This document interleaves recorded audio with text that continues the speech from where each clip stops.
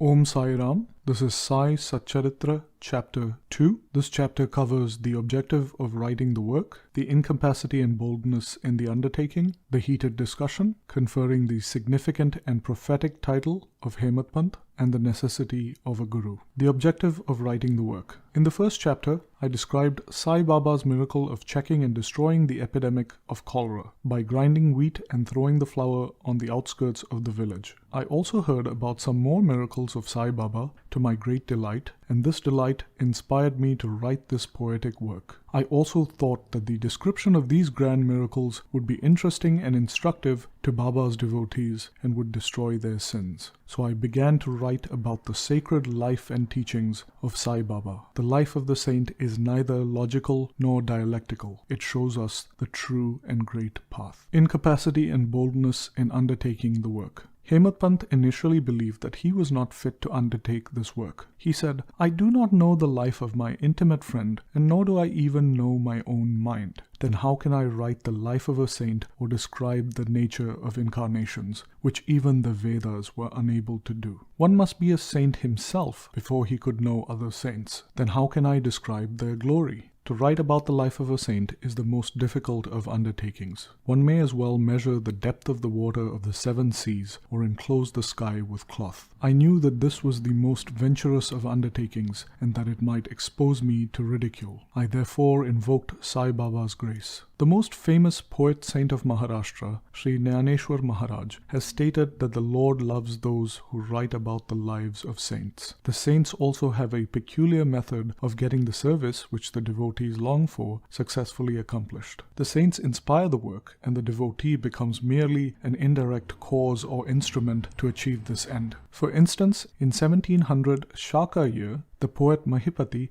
aspired to write about the lives of saints. Saints inspired him and got the work done. Similarly, in 1800 Shaka year, Daskanu's service was accepted. The latter wrote 4 works, Bhakta Vijaya, Santa Vijaya, Bhakta Lilamrit, and Santa Kathamrit. In chapters 31, 32, and 33 of the Bhakta Lilamrit and in chapter 57 of the Santa Kathamrit, the sweet life and teachings of Sai Baba are very well depicted. These have separately been published in the Sai Leela magazine. The readers are requested to read these chapters. Sai Baba's wonderful Leelas are also described in a small book named Shri Sai Bhajan Mala by Mrs. Savitri Bhai Raghunath Tendulkar of Bandra. Daskanu Maharaj has also composed various sweet poems on Sai Baba. A devotee named Amidas Bhavani Mehta has also published some stories about Baba in Gujarati. A few editions of the Sainath Prabha, a magazine produced by the Dakshina Bhiksha Sansthan of Shrirdi, have also been published. Then one might ask the question, since so many works regarding Sai Baba exist, why should this, the Satcharitra, be written and what is its necessity?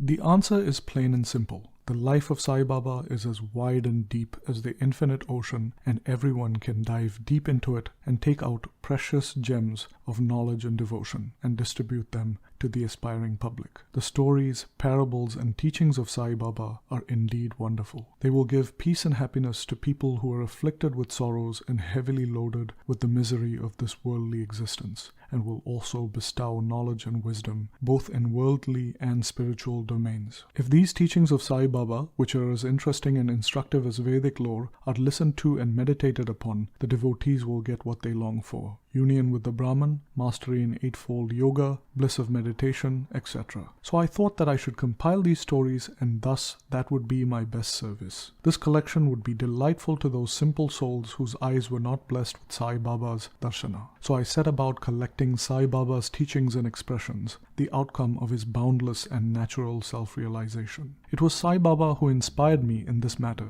In fact, I surrendered my ego at his feet and thought that my path was clear and that he would make me quite happy here and in the next world. I could not myself ask Sai Baba to give me permission for this work, so I requested Mr. Madhavrao Deshpande, alias Shama, Baba's most intimate devotee, to speak to him for me. He pleaded for my cause and said to Sai Baba, "This Anna Sahib wishes to write your biography, so don't say that you're a poor, begging fakir and that there is no need to write it. Instead, if you agree and help him, your feet, or grace, will accomplish the work. Without your consent and blessings, nothing can be done successfully. When Sai Baba heard this request, he was moved and blessed me by giving me his udi or sacred ashes, and placing his boon-bestowing hand on my head said, "Let him make a collection of my stories and experiences and keep notes and memos. I will help him. He is only an outward instrument. I shall myself write my autobiography and satisfy the wishes of my devotees. He should get rid of his ego and surrender it at my feet. He who acts like this in life, him I help the most. And about my life stories, I serve him in his house in all possible ways. When his ego is completely annihilated and no trace of it remains,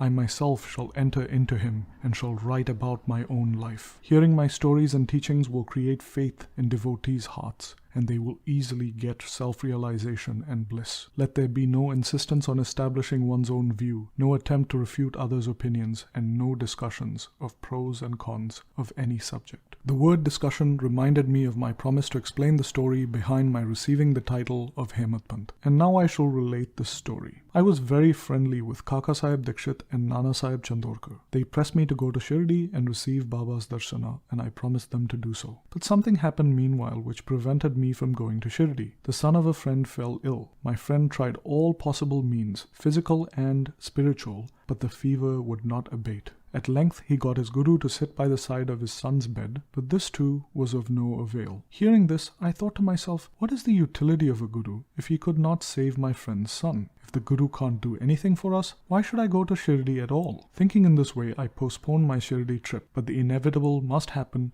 and it happened in my case as follows. Mr. Nana Sahib Chandorkar was going on tour to Bassein. From Thana he came to Dadar and was waiting for a train bound for Bassein. In the meanwhile, a Bandra local train arrived. He sat in it and came to Bandra, sent for me, and took me to task for putting off my Shirdi trip. Nana's argument in favor of my Shirdi trip was convincing and delightful, and so I decided to start for Shirdi the same night. I packed my luggage and started for Shirdi. I planned to go to Dadar and from there to catch the train for Manmad, and so I booked myself a ticket to Dadar and sat in the train. As the train was about to start, a Muslim man came hastily to my compartment and, seeing all my paraphernalia, asked me where I was going. I told him my plan. He then suggested that I should go straight to Bodhibandar and not get down at Dadar, for the Manmad mail did not stop at Dadar at all. If this little miracle had not happened, I would not have reached Shirdi the next day as desired, and many doubts would have assailed me. But that was not to be. As fortune favored me, I reached Shirdi the next day before 10 a.m. Kaka Dikshit was waiting there for me. This was in 1910 and there was only one place, Sateswada, for lodging pilgrim devotees. After alighting from the Tanga, a small horse-drawn carriage, I was anxious to receive darshana when the great devotee Tatya Sahib Nulkar returned from the masjid. He said that Sai Baba was at the corner of the wada and that I should first receive Baba's preliminary darshana and then, after a bath, see him at leisure. Hearing this, I ran and prostrated before Baba and my joy knew no bounds. I found more than what Nana Chandorkar had told me about. All my senses were satisfied and I forgot thirst and hunger. The moment I touched Sai Baba's feet, I began a new lease of life. I felt obliged to those who spurred me on and helped me to receive darshana, and I considered them my real relatives. I can never repay their debt. I can only remember them and prostrate mentally before them. The peculiarity of receiving Sai Baba's darshana, as I discovered, is that by receiving his darshana, our thoughts are changed, the force of previous actions is abated, and gradually non-attachment or dispassion towards worldly objects grows. It is by the merit of actions in many past births that such darshana is attained. And if you see Sai Baba, the entire world becomes or assumes the form of Sai Baba. The heated discussion. The day I arrived in Shirdi, there was an argument between myself and Balasaheb Bhate regarding the necessity of a guru. I contended, why should we lose our freedom and submit to others? When we have to do our duty, why is a guru necessary? One must try his best and save himself. What can the guru do for a man who does nothing but sleeps indolently? And Mr. Bhate took up the other side and said, whatever is bound to happen must happen. Even great men have failed. Man proposes one way, but God disposes the other way. Brush aside your cleverness. Pride or egoism won't help you. This discussion, with all its pros and cons, went on for an hour or so, and as usual, we did not arrive at a decision. We had to stop the discussion ultimately as we were both exhausted. The net result of this was that I had lost my peace of mind and discovered that unless there is strong body consciousness and egoism, there will be no argument. In other words, it is egoism which breeds arguments. The significant and prophetic title. When we later went to the masjid, Baba asked Kaka Sahib Dikshit, what was going on in the wada? What was the discussion about? And staring at me, Baba added, what did this Hemadpant say? Hearing these words, I was rather surprised, since the masjid was at a considerable distance from Sate's wada where the discussion happened. How could Baba know about our discussion unless he was omniscient and the inner ruler of us all? I began to wonder why Sai Baba would call me by the name Hemadpant. This word is a shortened version of the name Hemadripant. Hemadripant was a well-known minister of the kings Mahadev and Ramdev of Devgiri of the Yadav dynasty. He was very learned, good-natured, and the author of works such as Chaturvarga Chintamani, which dealt with spiritual subjects, and Rajaprasthi. He invented and started new methods of accounting and was the originator of the Modi or Marathi shorthand script. But I was quite the opposite, an ignoramus of dull and mediocre intellect, so I could not understand why the name or title was conferred upon me. But upon thinking seriously about it, I thought that the title was a dart to destroy my ego so that I would always remain meek and humble. It was also a compliment paid to me for my skill in the argument. When we look at things in retrospect, we know that Baba's calling Mr. Dabolkar by the name Hemadpant was significant and prophetic. As future years showed, he looked after the management of the Sai Sansthan very intelligently and maintained its accounts professionally. He was also the author of such a good work, the Sai Satcharitra, which deals with important spiritual subjects such as jnana, bhakti, dispassion, self-surrender, and self-realization. About the necessity of a guru.